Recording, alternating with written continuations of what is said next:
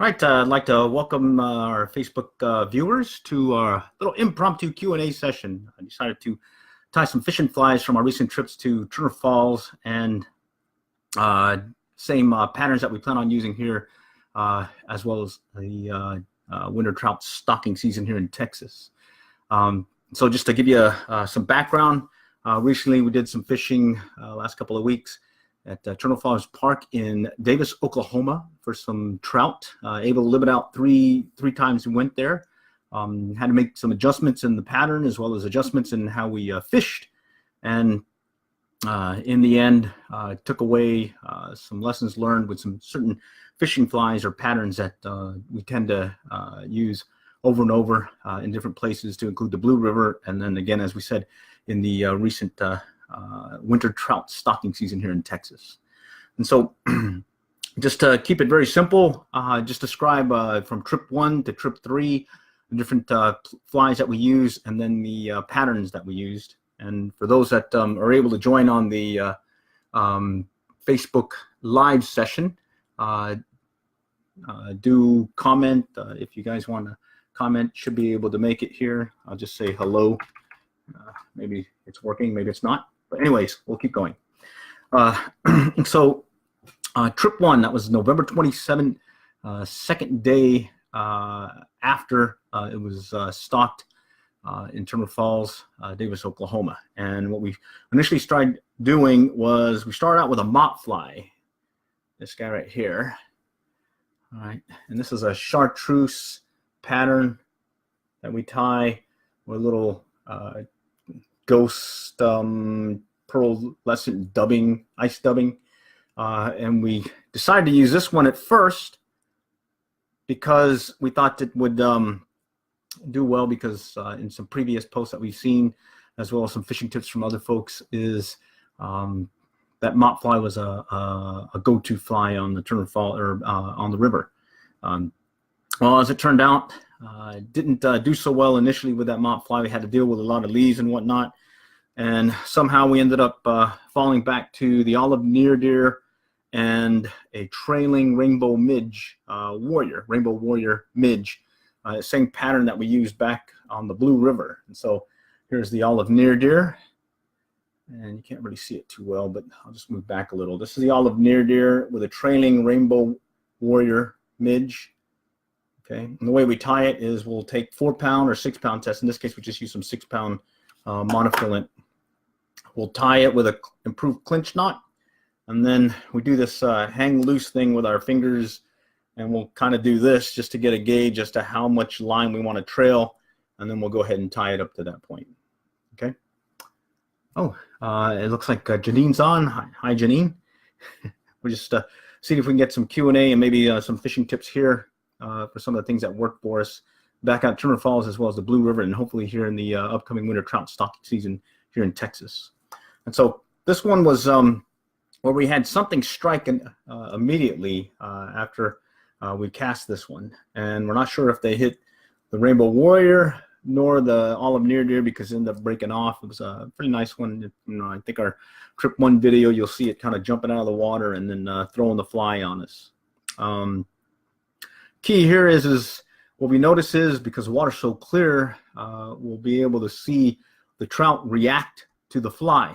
And in this case, what we were seeing was in previous trips, be it at the Blue River and other rivers, we'll see a trout come and they'll turn away.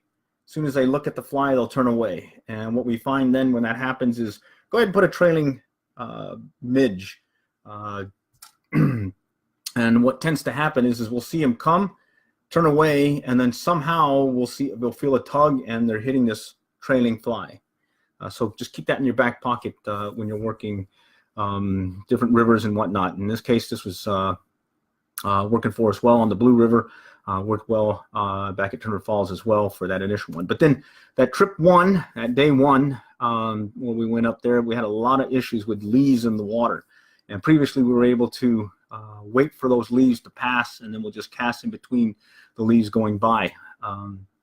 What ended up happening then is we switched back to Mop Fly, and in fact it was a heavier version of this one with a 180 1/80th ounce jig head. And what was happening is we're getting the fly into an open area, letting it drop, and with no indicator, we're just letting it drift through that hole, and we could eventually get a strike. And we ended up getting most of ours in that manner for that first trip. So the key for our first trip, working with these leaves in the downriver section of Turner Falls, was the Mop Fly sunk down and let it drift, and then the Rainbow Warrior trailing behind the Olive Near Deere. One thing that we also like doing is we like using a strike indicator. We used different strike indicators over the years, made our own, bought some of the fancy ones, and by accident this past year when we were down in Green, New Braunfels area, having a little fun in the summertime, hitting the coast and whatnot, as well as fishing the Guadalupe, ran into this at Green River Outfitters, these cork strike indicators. So it's made out of cork. Sometimes they have coloring to them, pink, orange, white, sometimes nothing. It's got a rubber O-ring. And what's nice about this compared to some of the other ones we've used is you put it on your leader, it doesn't move. We've had very good success with, once this is on your line, it doesn't move, slip up and down like some of the indicators we've had. And you can get some of those fancy ones also, where you've got I think you can create it on the fly using different tools that come with those strike indicators. But what we like to keep it simple, and this is very simple. We just got to keep it in our fly vest, and we're able to grab it whenever we need to, and always make sure that it's going to stay at the depth that we set it at. Unfortunately, this is our last one, so hopefully, cross our fingers, we don't lose any more. All right, so that was trip one, day one at Turner Falls. Able to get there, I think it was like a little couple of days later. Went back and fished the lower section.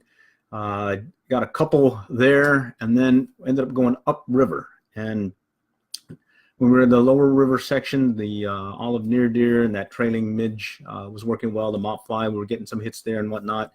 Ended up having to go to, we call it a Mardi Gras Near Deere. And in case it's the same Olive Near Deere pattern here, but we just have some really cool purple and other coloring that was on that fly. And that one worked out well because it was a heavier jig head also, and was able to get down to the depth that we needed to.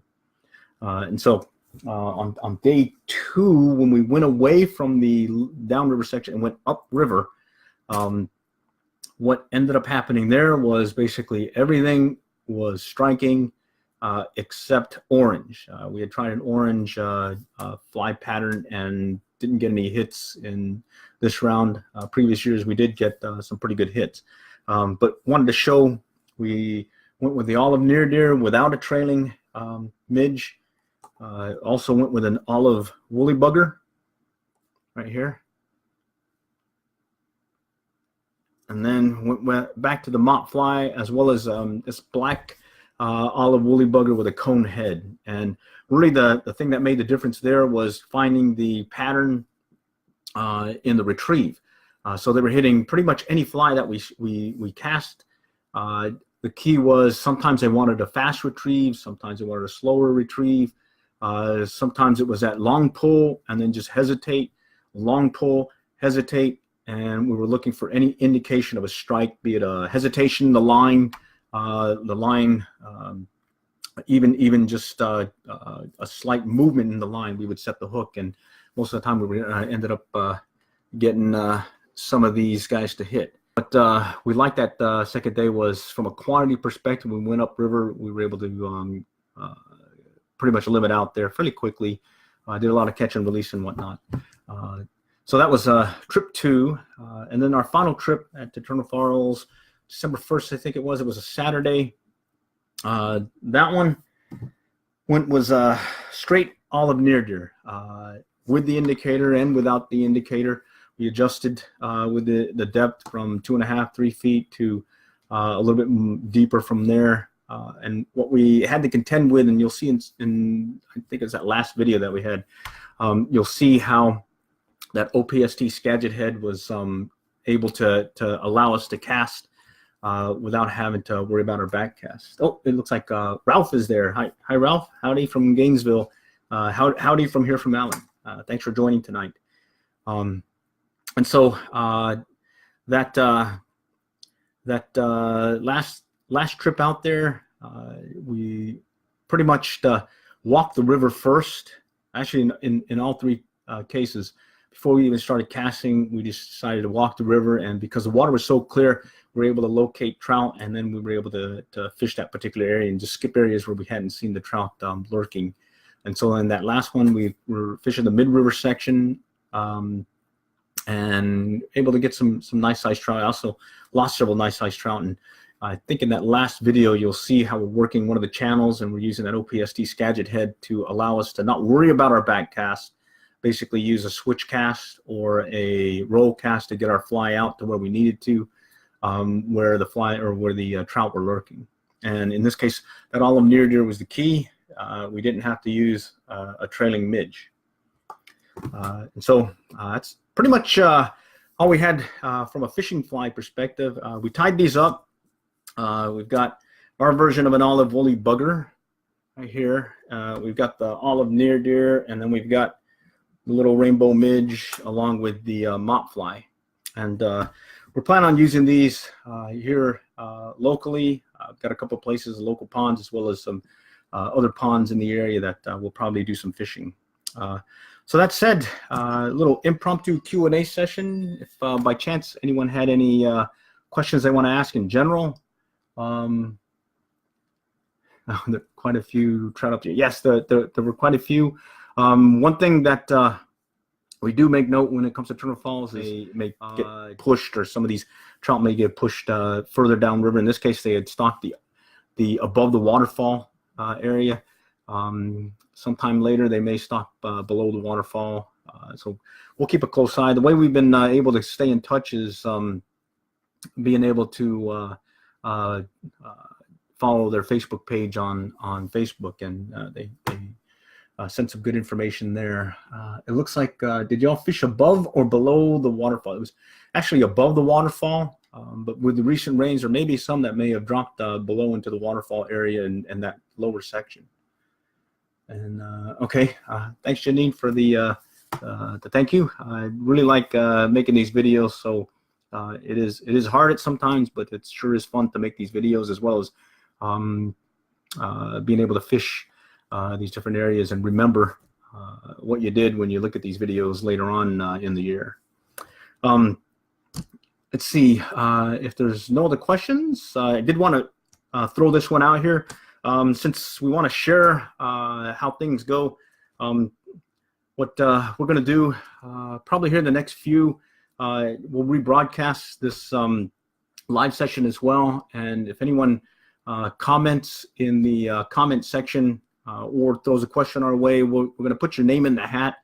And then probably around this Friday, we'll do a little random drawing. And once we randomly select someone in the U.S., we'll go ahead and send the olive Near Deere with the Rainbow Midge and the Mop Fly and our version of an Olive Wooley Bugger. We'll send it to y'all. Just once you do get selected, we'll ask for an address, and we'll shoot it over to you. So our only ask is if you could send us pictures, post them here on Facebook, and just let us know what maybe these flies work for you. All right. Let's see. That said, if nothing else, how far up do you place your strike indicator? Initially, 36 inches, 3 feet is a good starting point. And then we'll adjust from there, going deeper or shallower, depending on what we saw. On the third trip that we went up there, we actually went with a shallower strike indicator set. I think it was like 2.5 feet. And the main reason we did that was we could see the trout were coming up from the pockets, the channel, and striking our fly. Later on, we did extend it out to about maybe another half foot to 3 feet when we started working this one section that was a little bit deeper. But 36 inches, about 3 feet, is about a good a good starting point. And the same thing holds true when it comes to setting up your tandem rig. We kind of do, again, for those that just joined, we kind of do our hang loose thing, and we'll go and just mark it off this way, and we'll put a improved clinch knot here, and then tie our trailing fly where we've marked it, and then somehow it comes pretty close. And we've noticed that this distance seems to work well for us. May have to adjust throughout the fishing day, but that's a good starting point. All right, then, if nothing else, we'll go ahead and sign off. Appreciate those that were able to join, and then those that weren't able to join, do look at the rebroadcast, and be sure to make comments. Let us see those that join, and we'll put your name in the hat. And then this Friday, we'll reach out to that lucky winner and ask for an address, and we'll shoot over these fishing fly patterns to you. And again, it's going to be our version of an Olive Wooley Bugger, the Mop Fly that we use specifically at Turner Falls, as well as the Blue River, and then that Olive Near Deere with trailing Rainbow Warrior. All right. Thanks again, everyone. Take care, and good luck and good fishing.